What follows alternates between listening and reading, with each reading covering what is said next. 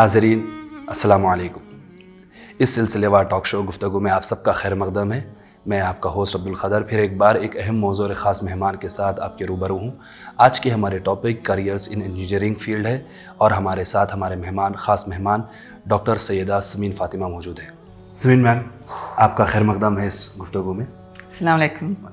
गुफ्तगू शुरू करने से पहले डॉक्टर सैयदा समीन फ़ातिमा का मुख्तसर से तारुफ़ करना चाहूँगा।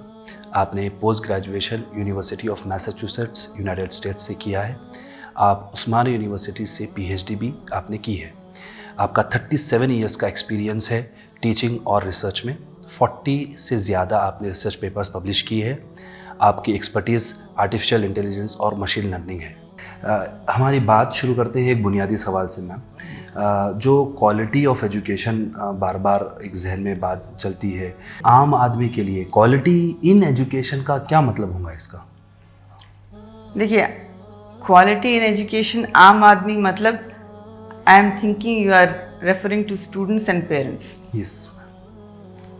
तो जब आम आदमी की बात आ गई, पेरेंट्स की बात आ गई, और पेरेंट्स क्या चाहते हैं? वो चाहते हैं कि माय सन और daughter should settle in a good job, एक अच्छी प्लेसमेंट मिल जाए। तो जब वो शायद इंजीनियरिंग में डाल रहे हैं बच्चे को या किसी भी फील्ड में डाल रहे हैं, तो पहला सवाल होता है ये पढ़ने से क्या नौकरी मिलेगी, प्लेसमेंट मिलेगा? तो that is the general mindset. तो ज़्यादातर लोग इसी आइडिया से चलते हैं कि प्लेसमेंट मिलेगी या नहीं मिलेगी, उसी के लिहाज से वो क्वालिटी को असेस करते हैं। लेकिन क्वालिटी असेस करने के लिए प्लेसमेंट एक पैरामीटर है, लेकिन it is not the be all and and all. Placement के अलावा भी काफ़ी चीज़ें हैं। हर बच्चा चाहता है कि मुझे प्लेसमेंट मिल जाए और आराम की ज़िंदगी गुजारूं, लेकिन ये नहीं सोचता है कि मैं किसी और को प्लेसमेंट देने के काबिल बनूं, यानी मैं खुद अपने आप से कुछ करूं। Will you make me capable to be a job giver rather than a job seeker? तो ना ही माँ बाप सोचते हैं इस डायरेक्शन में, ना ही बच्चा सोचता है।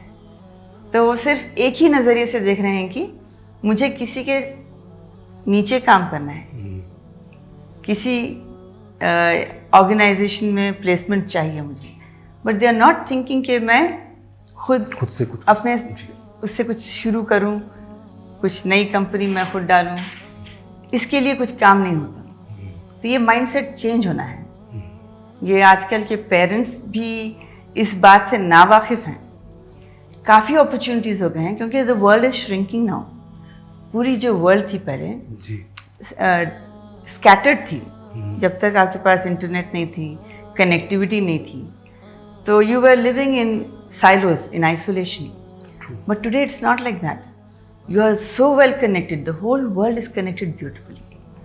So in today's situation, you can sit at home and you can do so many things on your own. Set up your own company in your own house.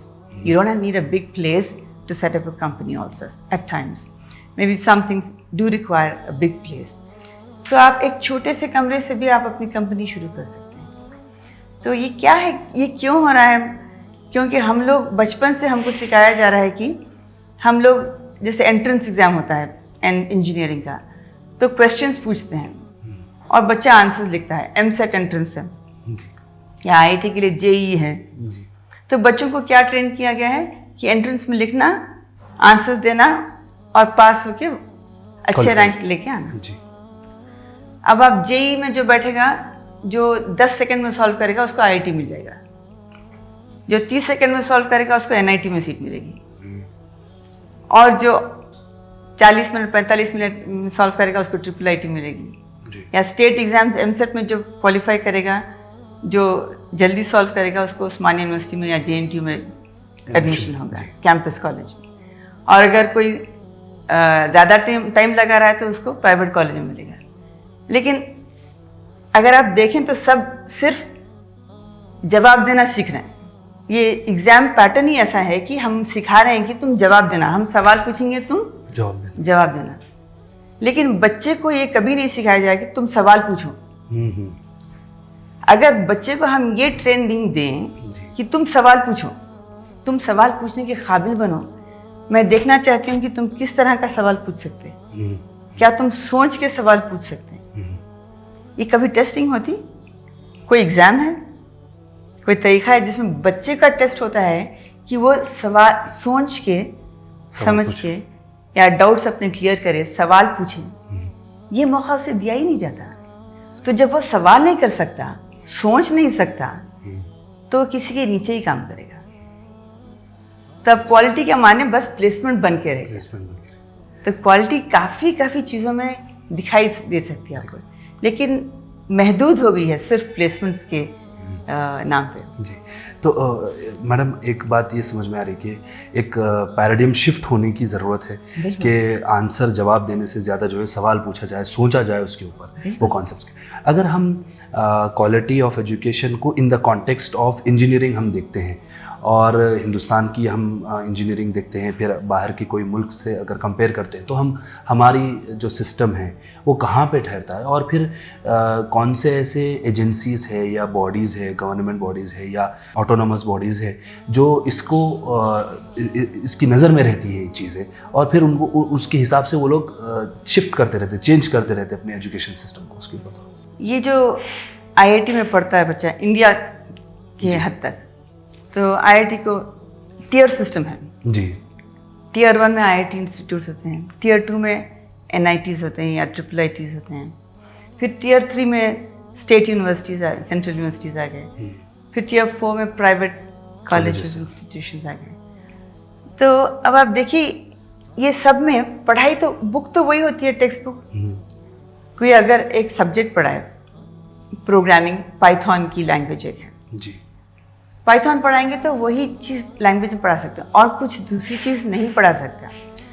तो as far as syllabus is concerned, चाहे वो IIT वाला हो, चाहे NIT वाला हो, चाहे state university वाला हो, चाहे प्राइवेट कॉलेज वाला हो, सिलेबस वही होता है।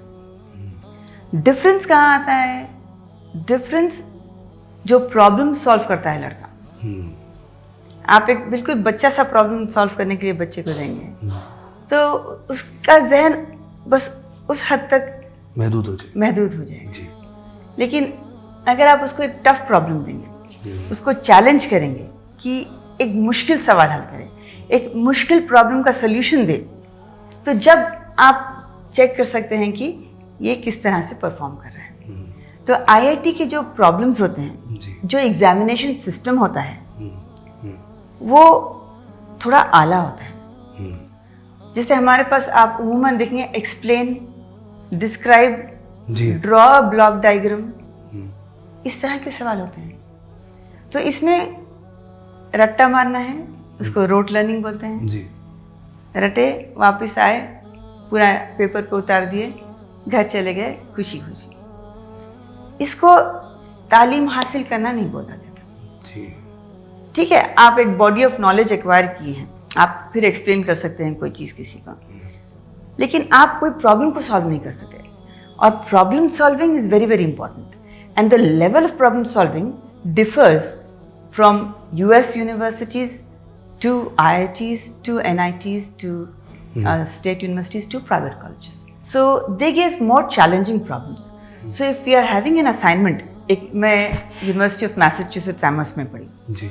वहाँ पे जो हमारा असाइनमेंट होता था वो एक मिनी प्रोजेक्ट होता था। तो असाइनमेंट जैसे होता है कि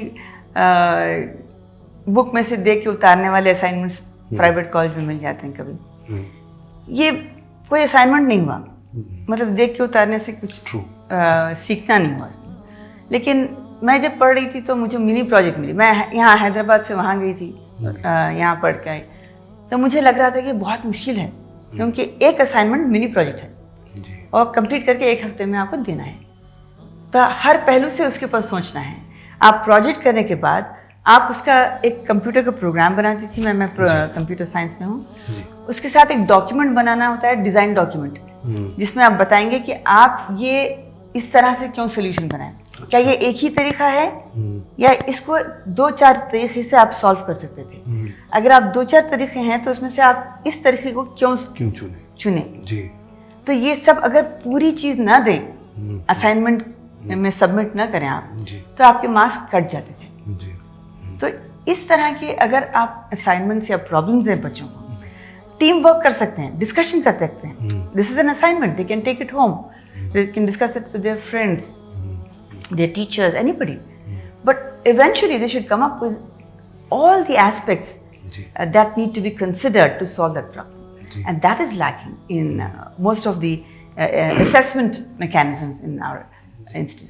इसमें देखिए आप जब बात बोल रहे थे मुझे एक रिकॉल हो रहा था. एक जगह मैंने पढ़ा था कि आइंस्टाइन जब जो है प्रोफेसर के हिसाब से काम कर रहे थे तो 1 ईयर लेट्स से 2020 में उन्होंने क्वेश्चन पेपर दिया जिसमें 5-6 क्वेश्चंस थे. फिर 2021 में भी फिर सेम क्वेश्चन पेपर देते हैं. तो जो डीटीपी ऑपरेटर है उन्होंने पूछते हैं सर आप दोनों भी सेम पेपर है क्वेश्चंस आप दे रहे हैं. तो he says that but the answers have changed. So इसके अंदर जो टीचर्स का भी एक अपग्रेडेशन है कि oh how till now I was thinking this way, लेकिन अभी जो है द आंसर्स हैव चेंज्ड बोल के even though the questions remain same. जी एक बात recall. Very nice, very nice. Yes, because everything is changing so fast and change is the only constant today. True. So what you're saying is 100% right. नाज़रीन हम यहाँ पर एक छोटा सा ब्रेक लेते हैं.